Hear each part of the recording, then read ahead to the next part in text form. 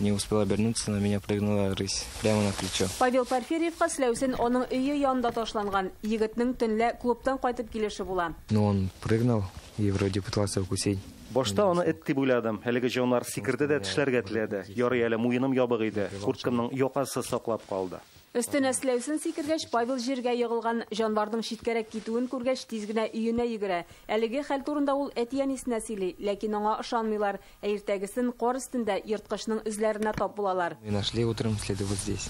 Төнгә кунакның эзләре күрше урамда да табыла. Аны шушы авыл кешесе күргән. Смотрю там на ушах типа как антенна, смотрю поближе. Рысь. Вадим Николаев Сілеусеннәрнең Кукмара урманнарында барлыгын белә, күргәне дә булган. Ул да беренче тапкыр очрата.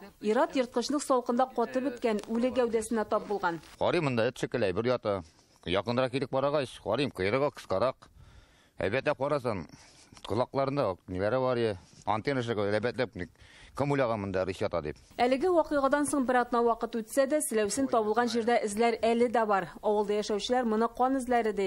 Җәнлек яраланган булган диючеләр дә бар. Бу урынга ветеринарлар да килгән. Сілеусенне караганнан соң ветеринария служба хезмәткәрләре аны биотермик ямага алып бардылар. Шунда вирус бешенствога материал алынды. Сілеусен аштан үлгәнме, авырыпмы яисә үтергәннәрме? Сораулар күп төрле. Аларга март урталарында ачыклык керергә тиеш. Ветеринария тикшерү нәтиҗәләре билгеле булгач.